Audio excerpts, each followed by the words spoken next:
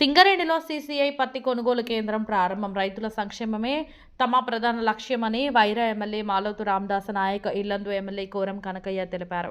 ఖమ్మం జిల్లా సింగరేణి మండలం అప్పాయిగూడెం గ్రామ పంచాయతీ పరిధిలో గల Srilakshmi Priya Cotex ginning mill నందు సెంట్రల్ కాటన్ కార్పొరేషన్ సీసీఐ ఆధ్వర్యంలో పత్తి కొనుగోలు కేంద్రాన్ని ప్రారంభించారు. పత్తి రైతులు నష్టపోకుండా కేంద్రం నిర్ణయించిన మద్దతు ధరకు సీసీఐ ద్వారా పత్తి కొనుగోలు జరుగుతుందని తెలిపారు. రైతులు ఎవరో మధ్యవర్తులకు బలి కాకుండా నేరుగా సీసీఐ కేంద్రాలకు పత్తి తీసుకువచ్చి అమ్ముకోవాలని సూచించారు. ప్రతి పత్తి గింజ వెనుక రైతు చెమట చుక్కలున్నాయని, ప్రభుత్వాలు రైతుల శ్రమకు తగిన న్యాయం చేయాలని అభిప్రాయపడ్డారు. రైతులు ముందుగానే కిసాన్ కంపాస్ యాప్ ద్వారా స్లాట్ బుక్ చేసుకుని పత్తిని సీసీఐ కేంద్రాలకు తీసుకురావాలని సూచించారు. సీసీఐ కేంద్రాల ద్వారా పారదర్శకంగా కొనుగోలు జరగడం రైతులకు నమ్మకం కలిగిస్తుందని పేర్కొన్నారు.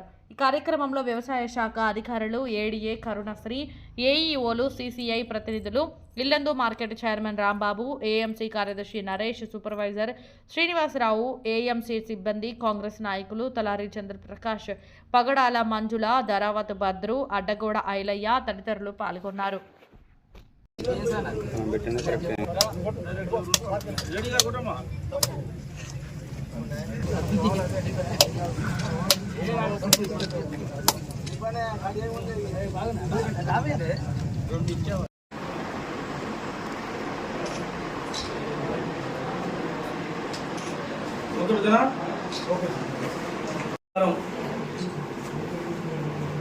తెలంగాణ రాష్ట్ర వ్యాప్తంగా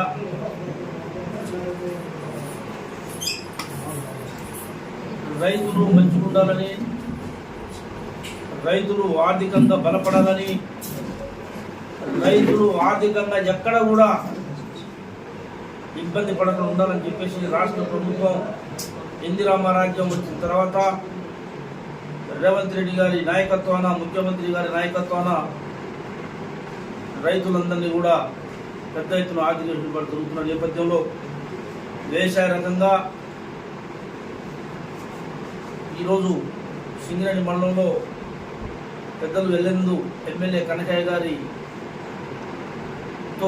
కలుపుకొని ఇలా సీసీ మన మార్కెట్ని ఓపెన్ చేసుకోవడం జరిగింది. పత్తి కొనుగోలు కేంద్రాన్ని ఏర్పాటు చేసుకోవడం జరిగింది. రాష్ట్ర ప్రభుత్వం గత సంవత్సరం కంటే ముందు ఒక నెల రోజులు ముందే పత్తి కొనుగోలు కేంద్రాన్ని ఏర్పాటు చేసుకోవడం, మంచి మద్దతు ధర 8,110 రూపాయల మద్దతు ధరని రైతులకు ఇవ్వటం, ఇవన్నీ కూడా రాష్ట్ర ప్రభుత్వం రైతులకు మేలు చేసే కార్యక్రమం జరుగుతూ ఉన్నది. గత సంవత్సరం కూడా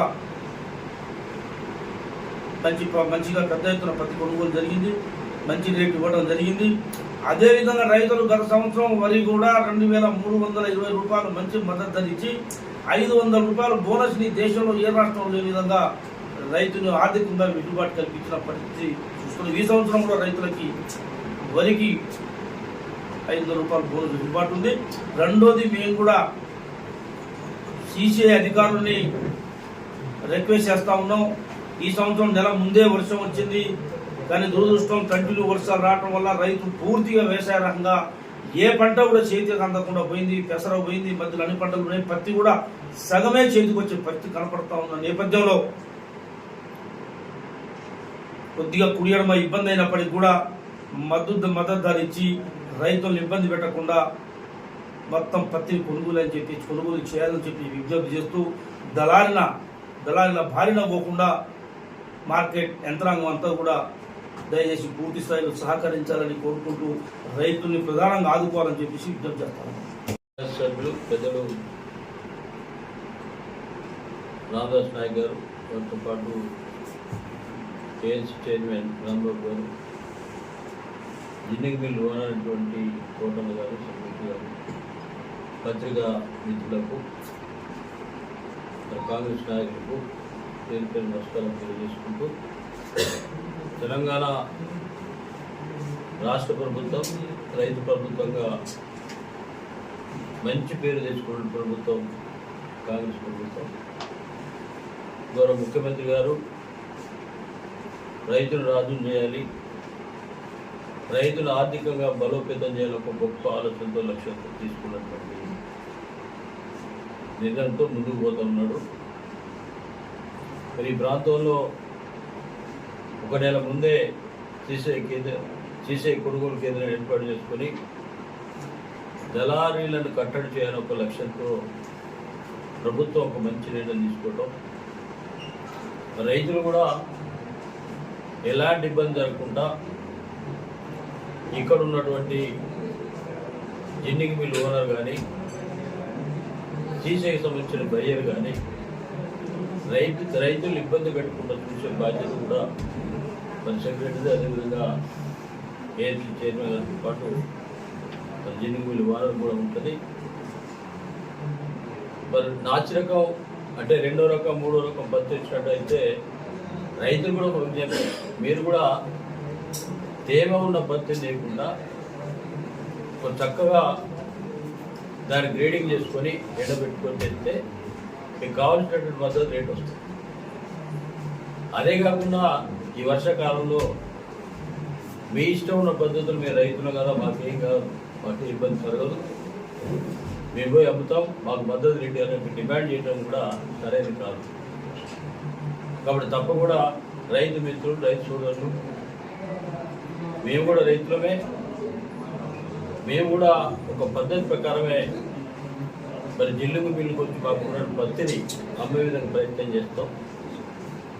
అట్లా అని చెప్పి రైతే తడి పొడి పత్తి రేటు వల్ల రేటు పడకపోవడం, ఇక్కడే పెట్టుకుని ఇబ్బంది పడటం, బయ్యర్ కొనుక్కోపోవడం, ఇవన్నీ కూడా ఇబ్బందులు పడే పరిస్థితులు వస్తాయి రైతుకి.